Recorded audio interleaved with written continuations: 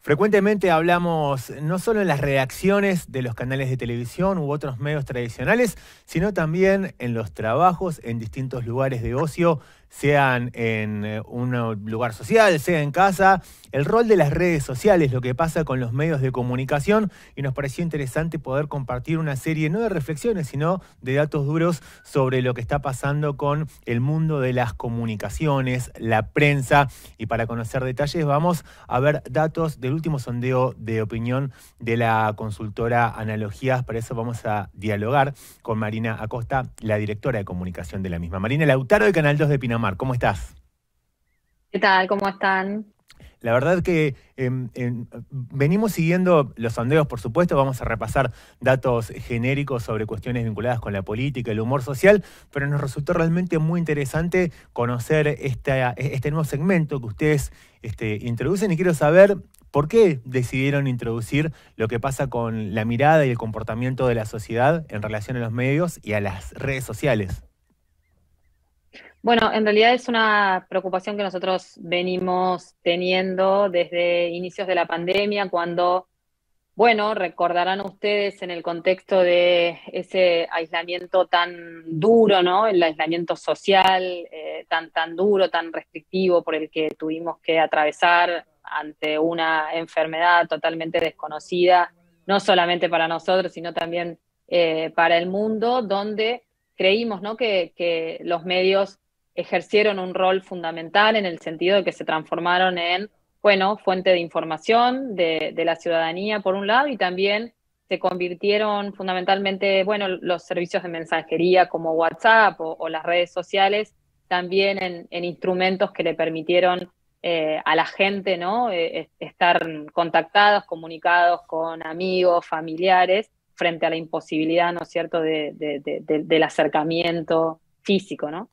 Vos sabés que nos ocurrió algo que luego de venir observando como un deterioro, si se quiere, en los niveles de audiencia, el tiempo de la pandemia fue una explosión, sobre todo para los medios que por ahí nos dedicamos a la información o a los segmentos informativos dentro de los canales. Esto la gente también lo fue observando. ¿Cuál es el principal canal que usa la gente para informarse? Bueno, te diría, desde ese entonces hasta ahora, el principal canal, la principal fuente de información para la ciudadanía fue la televisión, ¿no? Uh-huh. De alguna forma eso contrarresta, ¿no es cierto?, algunas afirmaciones que plantean la muerte, el fin de la televisión, ¿no? Lo que nosotros vemos con los datos es que la televisión está más viva que nunca, que insisto, siempre pensando los primeros meses de la pandemia, la televisión fue el medio de comunicación más elegido, un poco también porque, ¿se acuerdan ustedes que durante los primeros meses el presidente estaba permanentemente en la televisión, sí, ¿no? Y eso hacía que, bueno, todos siguiéramos sus mensajes por la televisión. Por supuesto, después se replicaba por el ecosistema de los medios, pero las apariciones del presidente en general se hacían a través de la televisión, ¿no? Y eso explica en buena parte por qué su dominio tan fuerte en esos primeros meses del aislamiento social. Y bueno, después en el tiempo, como estamos viendo, los últimos informes también nos indican que la televisión sigue siendo la principal fuente de información. Del análisis que ustedes pueden hacer en la sucesión de los informes y los estudios que realizan, ¿esto tiende a mantenerse o tiende a decrecer? Decímelo despacito, si es una mala noticia, que somos muchos las familias que vivimos de la tele.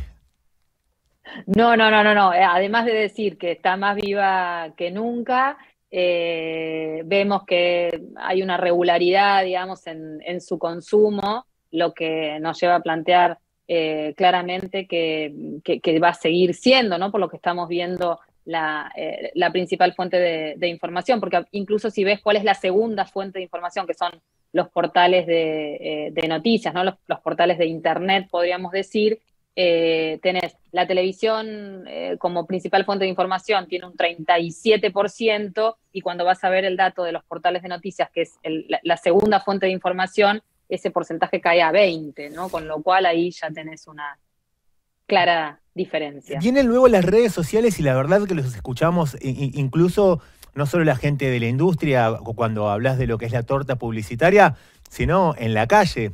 Vienen luego las redes sociales. ¿Por qué percibimos que la red social es como el primerísimo lugar o que es la principal fuente? ¿Es percepción entonces? Sí, yo creo que es una percepción, porque incluso cuando preguntamos, ¿usa redes sociales? Hay una pregunta que hacemos es por el uso de las redes sociales, y ahí tenés casi un 40% de los encuestados que contestan que no usa redes sociales. Es decir, tenés casi 4 de cada 10 argentinos y argentinas que no usa las redes sociales, aunque, insisto, nos parezca tan común, ¿no?, usar a las redes sociales. No todos usan a las redes sociales. Y cuando entramos dentro de las redes sociales también parece haber una situación o una percepción, de nuevo, que por ahí Facebook ya está más en desuso o es para gente más grande, pero lo que se desprende del estudio que todavía sigue siendo la más usada. ¿Es así? Sí, desde hace varios tiempos la red social más utilizada en Argentina es Facebook con el 40%, sigue Instagram con 25% y después viene Twitter muy por abajo con 13%. Tal vez al ser tan de círculo rojo Twitter nos parece que todo pasa por allí. Sí, los que formamos parte del segmento hiperinformado de la opinión pública, es un segmento pequeño que también hay que destacarlo, encuentra en Twitter, digamos, Twitter es la red social como que más asidero tiene para la expresión de la opinión política, si querés, ¿no? Incluso ahí también vemos la polarización del debate político, ¿no? La misma polarización electoral, digamos, la vemos claramente en una red social como Twitter, pero Twitter no es la red social que más utilizan los argentinos y argentinas. Ahora, cuando ya estamos dentro del mundo de las redes sociales, la gente, ¿para qué usa las redes sociales? Bueno, el primer uso también que le da es para informarse con el 41% y después viene con un 28% el entretenimiento. Uh-huh. Quería aprovechar para comentar brevemente algunas cuestiones, sobre todo lo que está vinculado con el humor social. Muchas veces parece que la gente se pone tan chinchuda a propósito de los temas de la política tan disociados de las necesidades del ciudadano de a pie. La gente, ¿cómo piensa que viene? Que en los próximos meses, los próximos años estaremos mejor, estaremos peor. ¿Cómo está el humor social en estos sentidos, no tan importantes? Bueno, yo te diría ahí que lo que nosotros venimos relevando en nuestros informes es que hay una preocupación social muy importante por la situación económica. Eso redunda en una insatisfacción mayoritaria respecto de las condiciones de vida. Eso provoca un cuadro de marcada angustia social, pesadumbre social, mal humor social, que impacta de manera muy negativa en las valoraciones que realiza la opinión pública respecto de la gestión de gobierno. Estrictamente el foco de demanda, el foco de preocupaciones y consecuentemente de demandas está puesto en la situación económica. Las expectativas por la recuperación de la economía son en general pesimistas.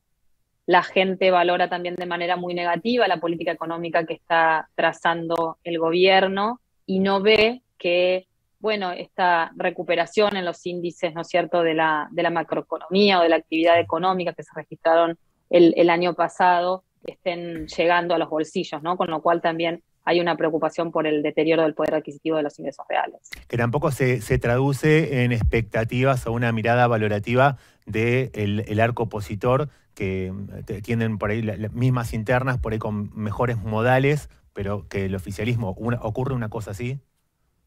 Sí, no estamos viendo en estos momentos que la oposición pueda capitalizar ese mal humor social reinante hoy, ¿no?